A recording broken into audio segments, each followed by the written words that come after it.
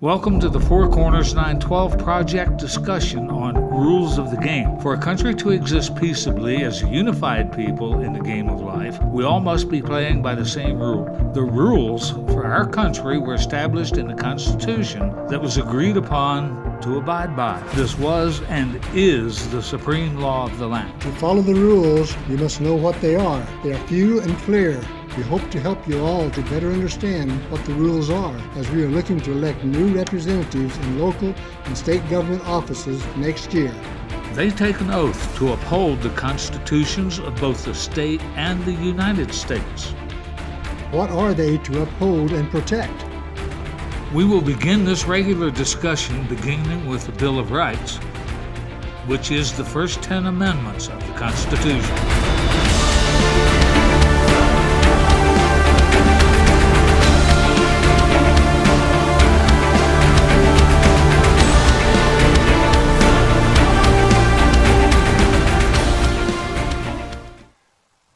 Good morning. Welcome to the Rules of the Game from the Four Corners 912. Today, we're going to be talking about the city code and how it applies with our Constitution. We have Dave Waters with us as a special guest to help us to understand a little bit about the code and what the issues there are. Start off with, I want to be sure and recognize our sponsors and appreciate them being able to put it on for us. Don Brunson from Woodman Life. If you need insurance, it's the place to go. And if you need a new antenna, so you can get that free antenna TV, go to White Eagle, the antenna guy. Now, to start off with, I want to mention we're concerned about how the codes and our Constitution all blend together. One thing we have to, I think, remember is we start off with what our God-given rights. And in our independence, we talked about life, liberty, and the pursuit of happiness. Pursuit of happiness originally was property, life, liberty, and property. And if we have our property and the control of it, we're happy. But we need some measure of government to help us stay in line and keep from kicking each other and killing each other. Our power that we're given by our Creator, God Himself, He gives us that right, those rights, and they are derived from the people, the consent of the governed. So when we look at our government, beginning at the city level, county, the state, they operate under the consent of the people. Now, as we look at that, remember that, we look into how codes were established. Why do we get these things? I think, Bud, you have a little bit of history. This isn't new. It started a long time ago. If we look at the broad spectrum of land use codes, we can go back even beyond ancient Egypt. There were some things you did inside the camp, and there were some things you did outside the camp. So that's a form of a land use code. And it pretty well stayed, for health and safety reasons, on through the centuries, until we get to the late 1800s and the early 1900s here in the United States. We turned it on its head, and the modern institution of what we now look at it in these building codes was racist and discriminatory. You had the elite and the upper crust not wanting the riffraff to be next door. I can afford 100 acres and a mansion. You can afford 3 acres and a bungalow. Well, I don't want you next door to me. So, we'll get together and we'll have a building code that excludes you from using your talent, your money, and your time to do what you can afford any place that you like. No, you can't do that any place you like, because I get to say you can't. And that's where we're at today with these modern building codes. Correct. Doesn't that interfere with the idea of liberty, that I can live on my property and do what I want, the way I want? Mm-hmm. And I have that right, don't I? It totally excludes your free exercise.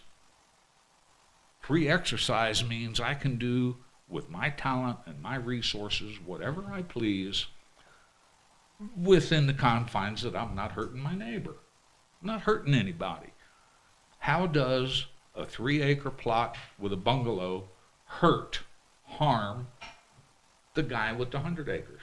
It doesn't. It doesn't bother him at all. Look out a different window if you don't like it. Right.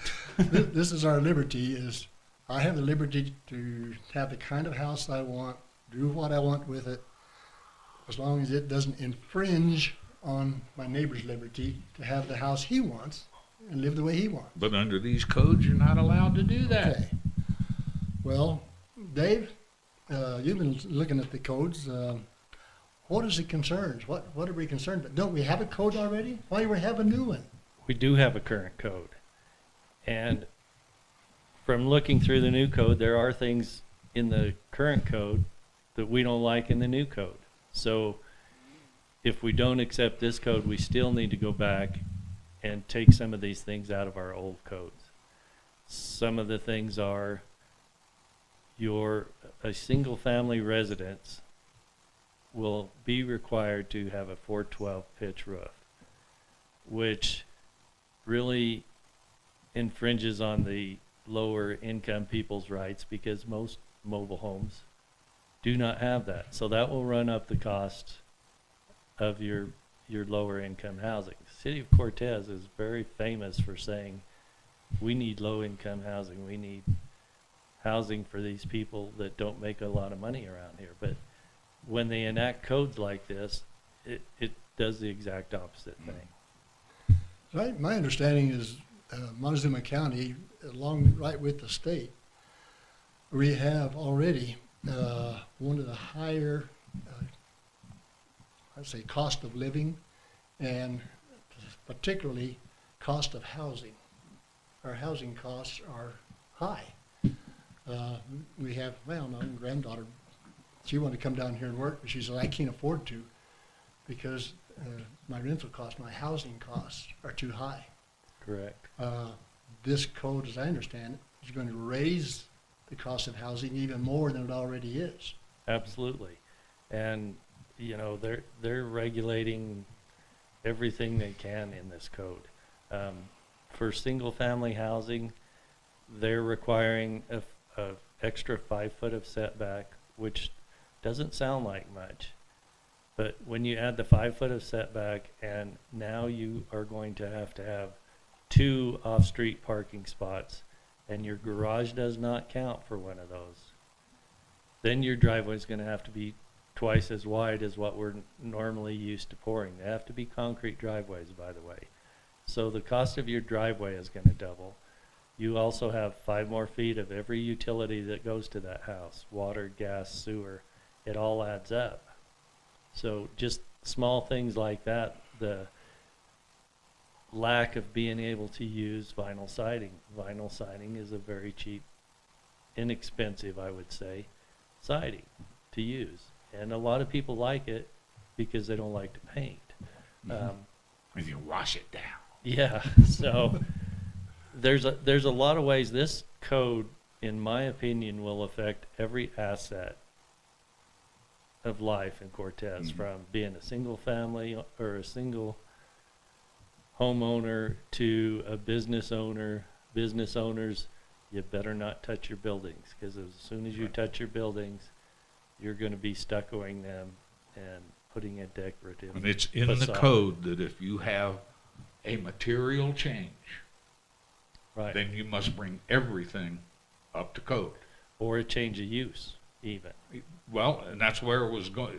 Some jurisdictions have ruled that a sale, I sell you my house, is a material change, And so one of us would have to bring that house up to code. Well, and that's a very good point that I just learned about at the meeting with the realtors and the city planner. They had a totally different perspective on that. What they were talking to the city about was, once they pass this code, then if you own say you own a house in Paradise Village that only has a 312 pitch roof, it immediately becomes a non-compliant Right. house. When you go to sell that, this is what they were telling the city. I don't know this for a fact, but it makes perfect sense. Lenders look at that and they say it's a non-conforming house. Mm-hmm. We're very reluctant to finance that. Yep. Mm-hmm. So that's not only bad for the seller, it's bad for the buyer. And the other alternative is you have to go back to P&Z to apply for an exemption, Right. right? Which then you have to go through that other whole process to get a variance, not an exemption, but a variance. Right. So that even though the code specifies something, that they will determine, the city council will make the final decision that, okay, we will allow this nonconformance. Yes, and I'm not sure that's completely correct. You have to go back through P&Z, but I think that the way this is set up, P&Z makes the final And the final decision. I've not And- read that portion of it. The county has to, if you get a right, it has variance, to go all the way back through. then you have to go to the commissioners. I was thinking it probably similar to that. That's my take on it from Okay. what I've been hearing, and that would shorten up the process. And that's one of the things that they say that they want to do, is shorten up the process and make it more black and white. How about this then, to shorten up the process? Delete all of this. Get it out of the way. That really shortened the process. Yeah. I go to the bank, I get the money, I build my house. Right. Well, to me, it brings up the question. We talk about all these codes, whether it's a 412 pitch roof or the siding on your house or whatever, whether it's in the old code or the new code. How many codes do we need? What codes as actually for governance to keep us off each other's back and to live in a society together? What codes is, I think, adequate or necessary? We can point to, I've not followed the city, but I do follow the county. And you look, every single Tuesday afternoon is spent on land use code issues. Now, some are fine. You know, you have the high impact permits for Kinder Morgan. The state rules most of that. Correct. The county just goes through a little minor process. Yeah, the But- county has a very simple land Yeah, use very code, simple. and it seems to work, by the way. No, it doesn't. Some much better than this. If you have an issue, like I said, the county commissioners spend every Tuesday afternoon on land use code variances, violations, permitting, whatever. That tells you that the process does not work, because you have to have your governing body constantly involved in tweaking it. Right. Now, not counting the special use permits, that's a different issue, but just I've seen it time after time after time. It devolves into one neighbor looking at the land use code as a weapon against another Right. neighbor. And And the- that's what it is, and they spend every Tuesday afternoon dealing with it. And the more weapons you have to use, the more you're going to have to deal with. And, That's right. And a very high percentage of these new codes that they want to adopt concern aesthetics.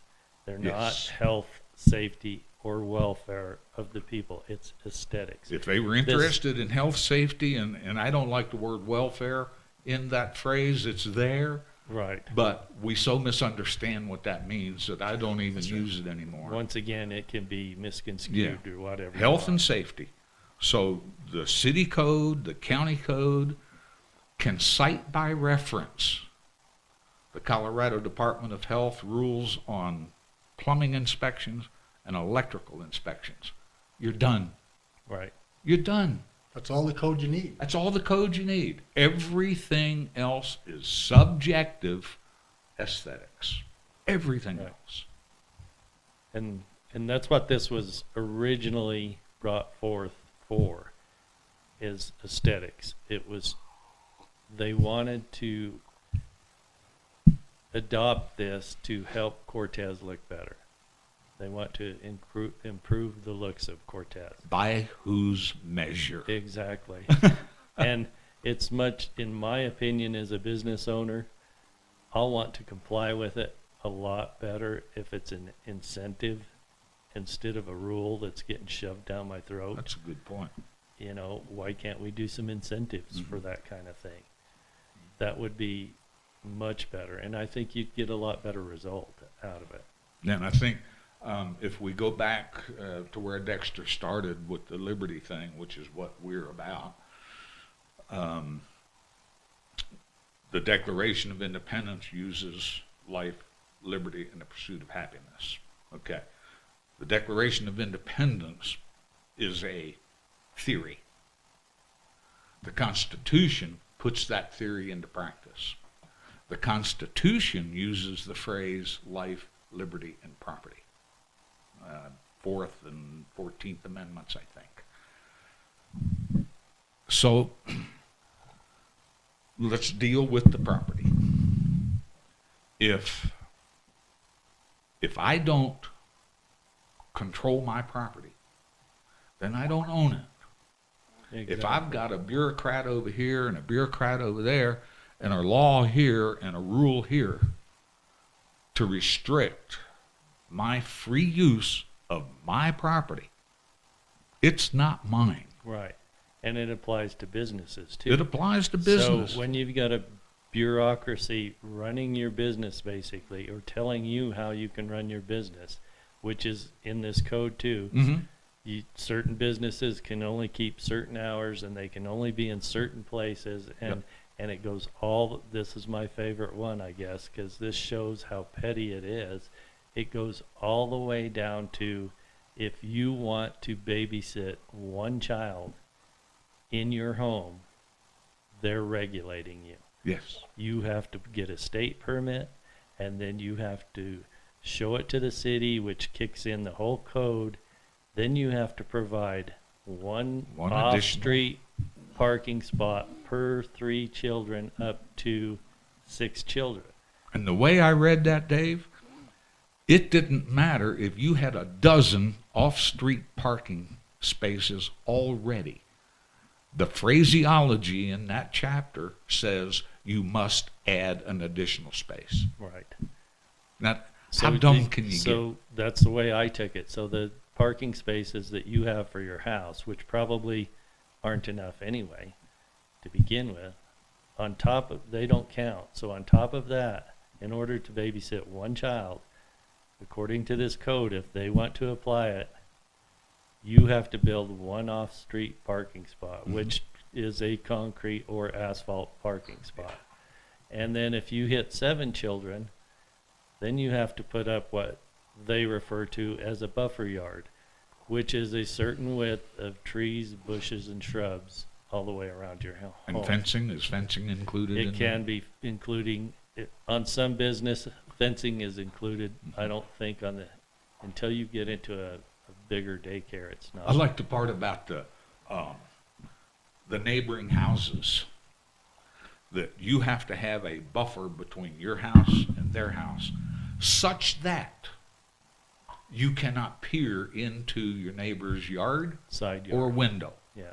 So if I have a single-story house and you have a 2-story house, one of my options is to build a fence high enough Right. to block your 2nd-story window. Yeah. This is nuts. One of the other things, getting back to the babysitting, once you got your parking spots and all that approved, then they regulate your hours. Right. I believe it's from 6 a.m. to 8 p.m. or I think that's right. yeah. So, and we happen to own storage units, and so they regulate our hours in certain spots too. They will be able to regulate our hours in certain spots for a storage unit. And now you can't build certain businesses in certain places, Right. and storage units are one of those businesses that they don't want to see. Don't want to see it. Right. You know, our whole county, well, much of whole western U.S. was built on the concept of owning our own property, being able to think for myself, being responsible for myself, succeeding on my own, and diversity of people, diversity of ideas is what built Cortez and Montezuma County. My great-grandfather, my grandfather, homesteaded up here, was one of those that he came here because he could own his own property, do his own thing, fail or succeed on his own, without the neighbors pointing his finger and Right. having him hauled into Helping jail. and helping him fail. The idea was, that's a good point, because the neighbors at that time helped each other succeed. Right. It wasn't preventing you from succeeding, it was helping you to succeed. And when we start getting into codes, saying, well, you need to do it this way, I'm not helping you because you have to do it this way. Give you an idea of, I painted my house purple and it really helped a lot, you know. Well, no, you have to paint it green because I think it's better. Right. Whatever, you know. The It idea is matches we the should help neighborhood. each other with our diversity of ideas to build my house a different shape than yours, or whatever, you know. Wow, that's cool. That's a neat idea. That's the reason why we're so diverse as we are. We started with diversity, and now we want to say, no, let's all march in Yeah. lockstep with each other, and we all got to look alike. We have to be alike, So, think alike, and we're not alike. so what started out as diversity is now going to be called non-compliance. Yeah. That's right. You got Montezuma Avenue, the historic district of Montezuma Avenue. They use terms like eclectic, okay, and so forth and so on. That's about as diverse architecturally as you can get. Right. They don't want that No. anywhere else, and yet they laud the eclectic view of Montezuma Avenue. Right. You know, they're all over the place on this stuff. And getting back to the neighbors helping each other and stuff, really isn't that what our city council is there for? Our government is supposed to be there for, is to help us succeed. When the businesses and the people of Cortez succeed, the city succeeds. That's right. And the same thing, what a lot of people I don't think they realize is if Cortez does poorly, the county does poorly, That's right. or vice versa. So my other big concern is they are putting wording into this. It's called extraterritorial. That concerns me greatly because we have property and businesses outside the city limits too. And my opinion is if they don't want to start applying their rules into the county, why is that language even in this? That section cites 4 or 5 different state laws. At least. I think they've added to it. I read it. I read those laws. And a lot of what's in that section is cut and paste from state law. So that's the way it is. But when you read the entire context, here's what I came up with. It says that in the new code, the city will regulate business Right. in that 3-mile zone. Okay. And it will deal with the alignment of streets and utilities and yada, on and on and on. But there's a phrase in one of the laws that says this is predicated on a proposed annexation. Now, that phrase is not repeated throughout these other laws, but it kind of gave me the notion that that's what it's based on, so that if there is a proposed annexation and Mr. Dave Waters owns property within that area, then if Mr. Dave Waters wants to build whatever, it should comply with the city code because it will be part of the city upon annexation. Now, like I said, that is my general takeaway from all of the laws that I read. I read a couple of laws that they did not cite. The law that they cite, that 31-501. 15501, 31-15-501. Yeah. I've got it memorized. The way they put it in this new city code is wrong. That law does not say what the new code says that it says. Yeah. It doesn't say it. So but that brings me back to my concern. Once this is passed, then we don't have the group together with us when they decide that Mr. Dave Waters needs to do this. It's Mr. Dave Waters All alone. against the city of Cortez. And But see, this is one of the tricks that all legislatures pull. We'll cite this code, we'll cite the state law with which we are complying. Nobody reads the state law to see if they're actually telling the truth about it. and, it And can they're be, not. It can be interpreted to the point where it goes to court. A couple of things. We're going to have to wrap this up real quick here. Are you over time again? Yeah, you are. Thanks, sir. But a couple of things. One is that area is very confusing and a lot of questions about it. And some lawyers have looked at it and says, well, it uses the words may, the county may in that zone area. County may, not shall. So it's up, some of them say the county, you have to deal with them. And Right. so they're kind of protecting you in that sense. So it's not the city can't act unilaterally, is what they're saying, and just take you in. Right. So that's not an automatic happening. But that raises the question of, in the future, we have people, faces are going to change on Absolutely. the county commission. Faces are going to change on the city council. Soon.